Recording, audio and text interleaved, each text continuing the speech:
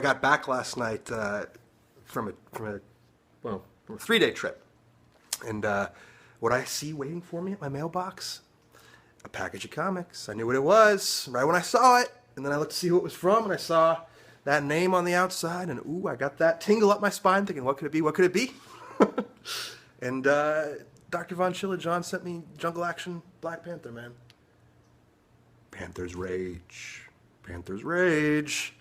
So he's been teasing me about it. If you guys have been keeping track of that, trying to get me to read it, I've been making stupid complaints like, oh, it's costing too much money now that the Black Panther movie's been announced, and those kinds of silly things. Just haven't gotten my lazy ass around to picking it up pretty much, right? And what happens? I get it as a gift in the mail from John. So, you know, somebody who I'm starting to consider a real friend. Thank you, John. That's really special. It's a great gift. And what I'm going to do is, Petey and I here, because you seem to take an interest in Petey when I told you about him, John. He seems similar to your dog. I'm watching Petey here for a little while. And Petey and I are going to do a little beyond the covers action, Petey. Yeah, we're going to read these Jungle Actions, and we're going to let John know what we think of them. And hopefully we like them, because that'd be kind of mean if we don't, but I'm brutally honest, so even with gifts, I'll let you know if I don't like it, John. But I suspect that I will enjoy these comics quite a bit.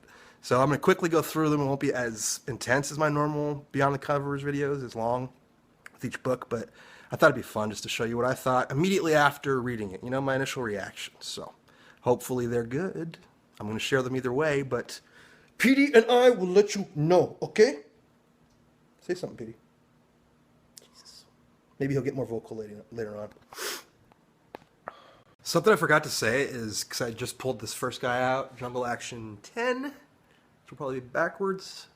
Just pulled this out, and I'm about to read this first. I forgot to mention, one of the coolest parts about this gift from John is, if you guys are familiar with DrVonChilla's channel, he has an interesting collecting history, I should say. He has a lot of cool stories to share with us. Not just, you know, informative information about the history of comic books, which he has plenty of as well, but more personalized type things. For those of us who like the story that surrounds the pickup of a comic book almost as much as the comic book itself, and there are a lot of us that way. There are a lot of us in this hobby that have that kind of inclination. DrVonChilla is a fantastic guy to listen to. If you guys don't know who I'm talking about, just turn me off right now and Google DrVonChilla, okay? There's very few people I feel that way about on YouTube who I just blindly support, basically, and he's one of them. So go check him out if you haven't already. But what I was going to say is the coolest thing about these guys is these are his off-the-rack freaking copies. These are his off-the-rack copies of Jungle Action Black Panther, you know? And to me, wow, to me that means everything. Honestly, I would rather have these off-the-rack copies, which are still in pretty nice shape, John. I don't know how you kept these readers in such nice shape, but I would rather have any one of these than 9.8 versions of this, or signed versions of this, or, you know, the best version of Panther's Rage I could possibly imagine is reading John's off-the-rack copies. That's probably getting borderline crossing the heterosexual boundary with the interest I've taken in you, John. But you know how I feel about it. There it is, laying it all out for you, my friend. I sincerely appreciate this. I have this in my hand. I'm about to go sit down and read issue number 10 for the first time, and this is something I'm very excited about. This is one of my favorite parts of collecting. Oh my goodness. Oh my goodness. I just had to go get my little recorder here because I'm not even halfway through issue 10, and I have got to exclaim. This is where I just had to stop for a moment and pause and just grab my camera. This centerfold, this 2-page centerfold. My God, I was so into this story so far because of the writing, which I wasn't expecting. I thought this was going to be like more about art, and the art is great too. Look at this guy. Look at this guy. This guy's name is Killmonger. Is this Killmonger or is it King Cadaver? Shoot, I'm still trying to figure it out. But look at him. Isn't that fun? Man, I don't know what it is about that guy. There's something about that that character that just, he is awesome, isn't he? He's like one of those cute little devil personalities that just probably would slit your throat, but at the same time you're like, oh, look at that ugly little fucker. Do you know what I mean? Anyways, what I wanted to say was that just, man, this page right here just took me aback. But what I've been loving about this so far is the writing and how it is. I see where this is going. Okay, I think at least I have a general idea. And in short, the phrase is badass. Okay, Black Panther T'Challa is in his homeland in Africa, meditating at peace, and gets attacked by an alligator right from the start. I'm not going to give you the play-by-play, but look at the... I don't know how to say this without sounding kind of over-analytical, but look at the depth of writing, okay? Look at the type of stuff he's saying here. I'm not that familiar with Don McGregor, but he and Billy Graham... And of course, Klaus Janson, I know quite well. But these two guys doing something really special here, I can tell already. Just look at, I'll just read you this first bit, okay? Just listen to the poetic nature of this stuff, man. The setting sun drips blood onto the river of grace and wisdom, each drop splattering in brilliant reflection from the mirror surface of the water, escorting night tide over the jungle growth that flourishes about the river's banks. The Black Panther sits alone in the gathering twilight, staring into the water at its reflection, and hardly recognizes himself, as if he has forgotten who he once was or who he now is. He's not aware of that 20-foot-long crocodile until it's upon him. Bada bing, bada boom, as Mr. Captain Cummings likes to say, and the rest just takes off. I'm really enjoying this. One more example of this dramatic writing that I'm really enjoying. Without knowing much about the backstory here, T'Challa, Black Panther, talks to this lady here, and she says, I know this land is in your blood, T'Challa. And he says, blood vessels. God. Imagine a guy talking like this in real life. It's funny. Blood vessels are like a river, Monica. Both keep alive that through which they flow.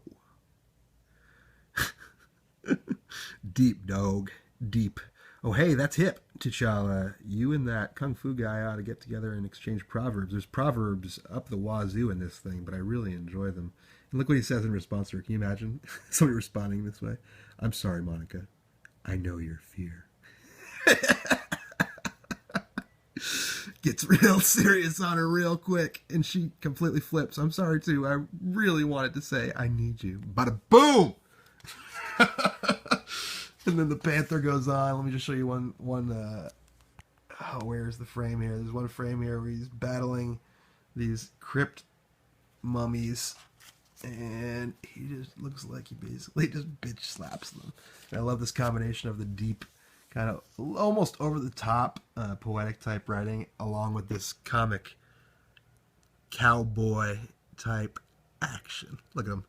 This is right after he gets the information he needs out of this guy. He's like, thank you, got what I needed.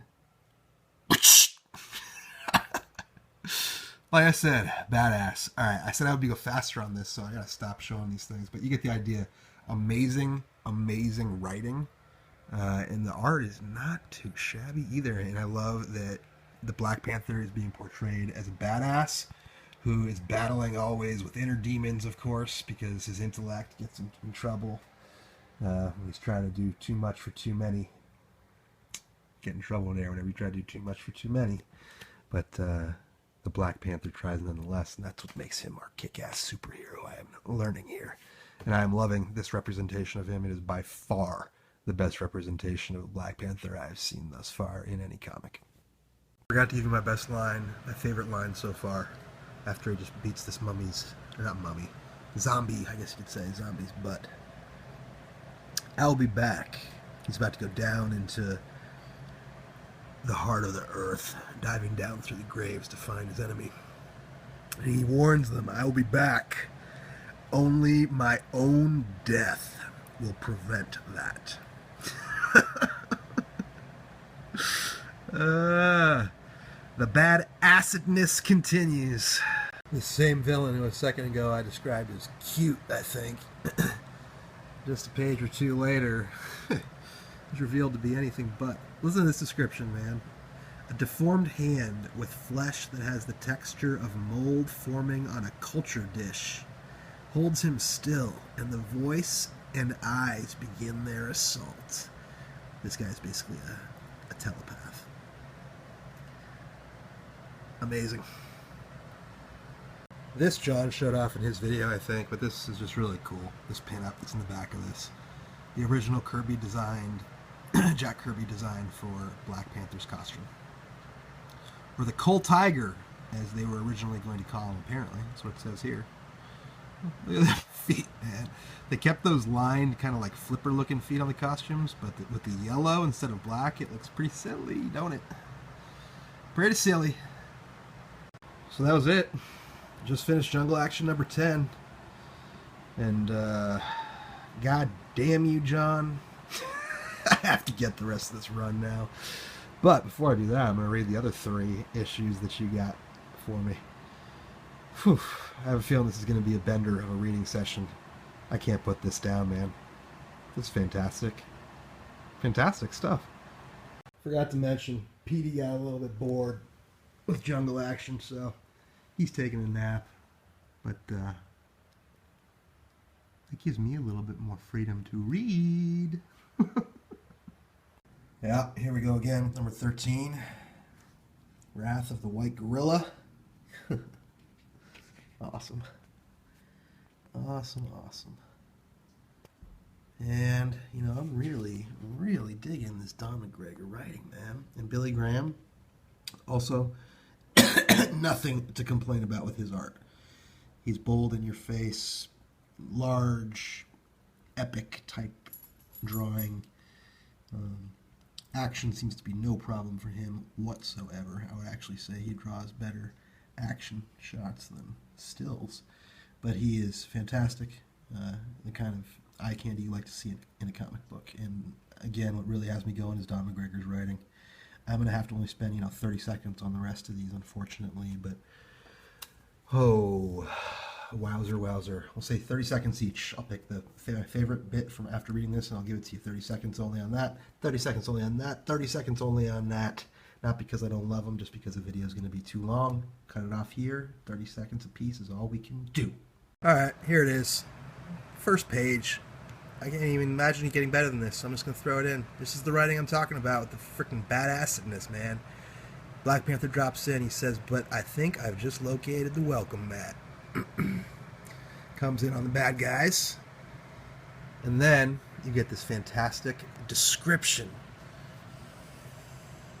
He has not spoken for 24 hours, the Black Panther that is, and the words come from blistered lips, deeply split by the glacial cold.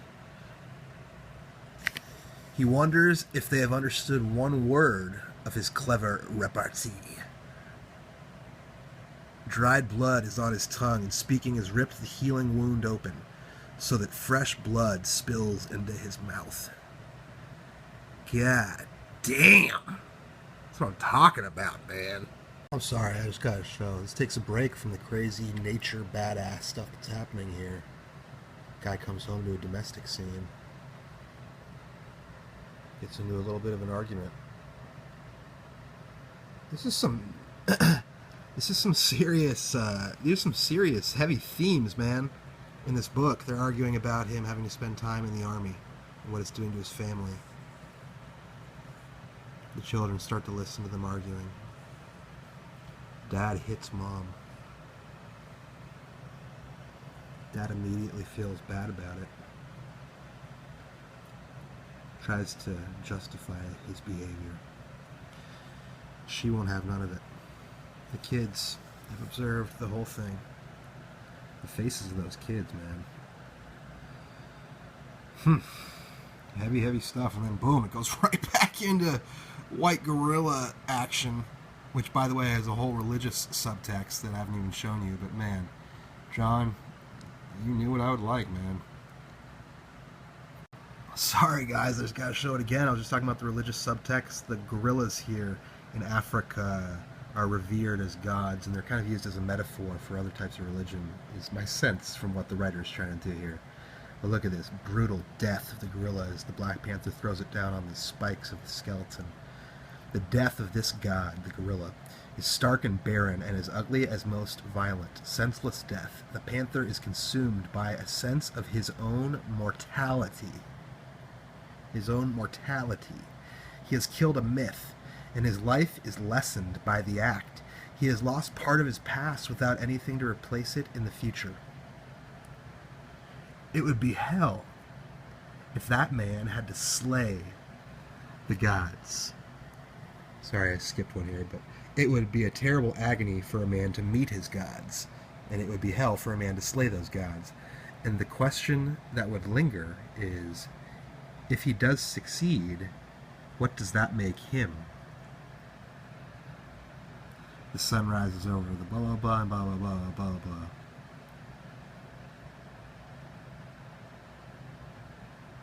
See what it says there on the bottom? I'm not going to read it out loud. That is amazing writing for a comic book, man. That's just amazing writing. Stop for a comic book. That's amazing writing, period. Well, Petey just went on a walk. He's out for the count. He'll be out for at least an hour. Good luck trying to find his eyes in that bundle of hair somewhere. We got his new vest on. He got a little bit cold, so we had to do that. And now it's time to move on to number 14. Booyakasha. Almost done with issue 14 here, which is nice and glossy. You can see Petey has woken up a little bit. Haven't you, Petey? You want to show me your eyeballs? There's an eyeball. And I've decided the part I'm going to show you, this one, guys, my favorite part was Mokati, I guess is his name. He's like this tree nymph. What, Petey, you don't like Mokati? Fine. Be that way, dude. Face away from me. Anyways, Mokati was my favorite part. He was kind of playful, which was a necessary component, I would say, or at least a very appreciated component to this otherwise very macabre, kind of depressing and dark story that we had going on so far. But then, of course, later on we get into some Jurassic Park type stuff with dinosaurs, but we will be skipping over that. Mokati. This fun little guy right here was my favorite part. And indeed, the voice of his is light and merry.